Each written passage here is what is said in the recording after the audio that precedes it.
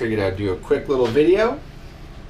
And this is Eddie. This is a 2 positive water monitor. And he's enjoying the day. We've been in very rainy weather, so he's getting a little bit of sun. But wonderful animal. You are just a baby. Water monitors, obviously one of our serious projects at Nerd. They're as far as pet lizards that are large, they're pretty much it for what I get back out of them.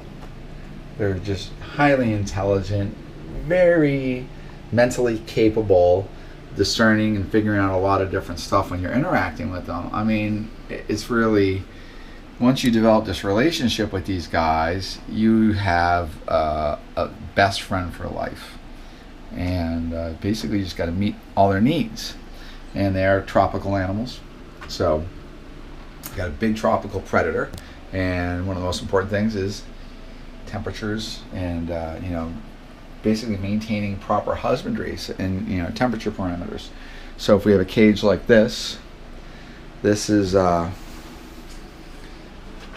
a normal female. Hi, sweetie. She's gravid. This female right here. You can. She's kind of bulging out to the side. And we're gonna make some 100% hets out of this breeding. This is just a normal wild type female. And water monitors. We're working on like hot spots of like 130. This is a heat hood. So this whole thing right here is gonna basically. It has heat lamps and heat panels, and then I put tiles over it, and these heat up, and then these guys will come and sit on top of that, so they get belly heat, and they can go down here and they can bask and heat up their back. And you need to maintain, you know, your nighttime temperatures or your ambient room temperatures. I like the lower 80s, upper 70s at best, but when you feed these guys, you can't go and like cool them down and cause the food to rot in their gut. That's going to cause all sorts of health problems. Babies are very sensitive to being chilled, and more importantly, imported babies are very sensitive, and they naturally get like a respiratory infection if you chill them and you stress them out.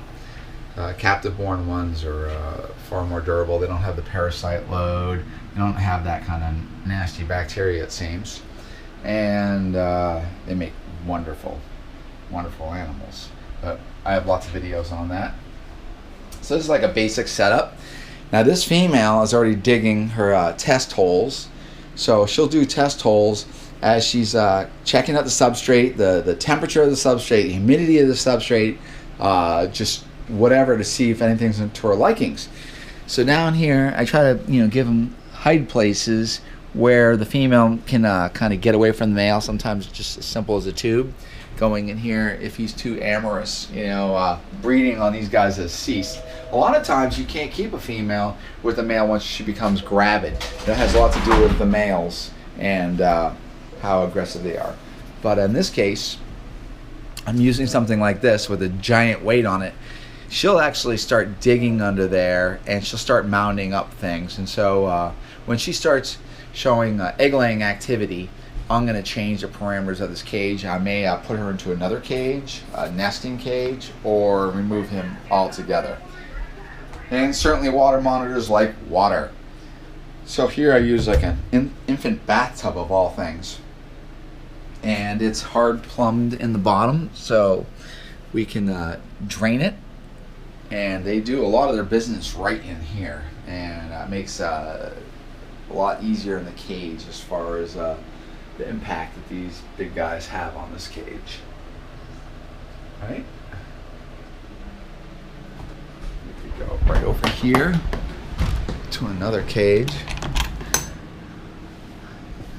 This is Simon,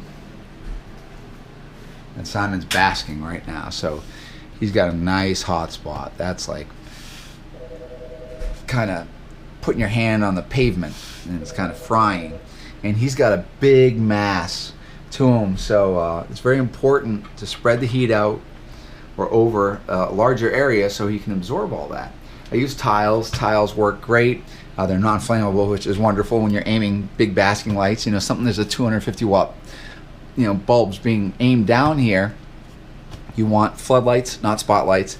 You don't want to focus all your infrared into one spot because you're going to develop burns on this animal's back and you're going to cause all sorts of problems. And fire.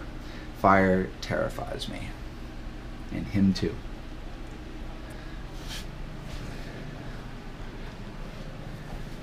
I don't know if you can see it. There's a nice little cave down here. I don't usually have this in here, but there's a female right there. She's hiding. And a big water tub. Alright, say goodbye to Varanus Salvatore. Alright, buddy? Say goodbye.